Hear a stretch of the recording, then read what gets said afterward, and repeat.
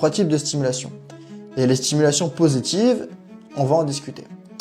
Par exemple, vous arrivez avec votre cheval, vous avez votre petite sacoche qui, d'habitude, dedans, il y a les friandises. Okay.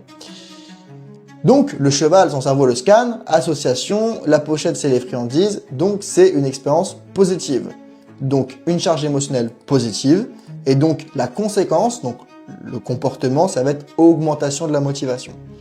Je vois que mon humain a des bonbons, donc potentiellement il va abandonner, parce que le cheval éduqué, il sait qu'il doit faire quelques trucs pour avoir des bonbons, donc sa motivation, elle augmente. Donc il est plus connecté, il est plus dynamique, etc.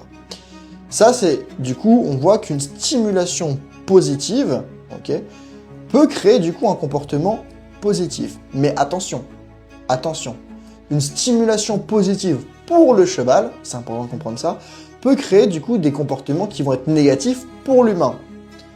Exemple, le cheval est un entier, il marche dans l'allée des box des juments, il y en a une qui est en chaleur, ça l'excite, donc expérience de référence. Bon là on n'est même plus dans du cerveau, dans cette histoire-là on est plus dans, on va dire, quelque chose d'instinctif. Mais c'est un petit peu similaire, c'est différent mais c'est un peu similaire. On reste dans de l'exemple, le but c'est pas de faire un doctorat, j'ai déjà expliqué.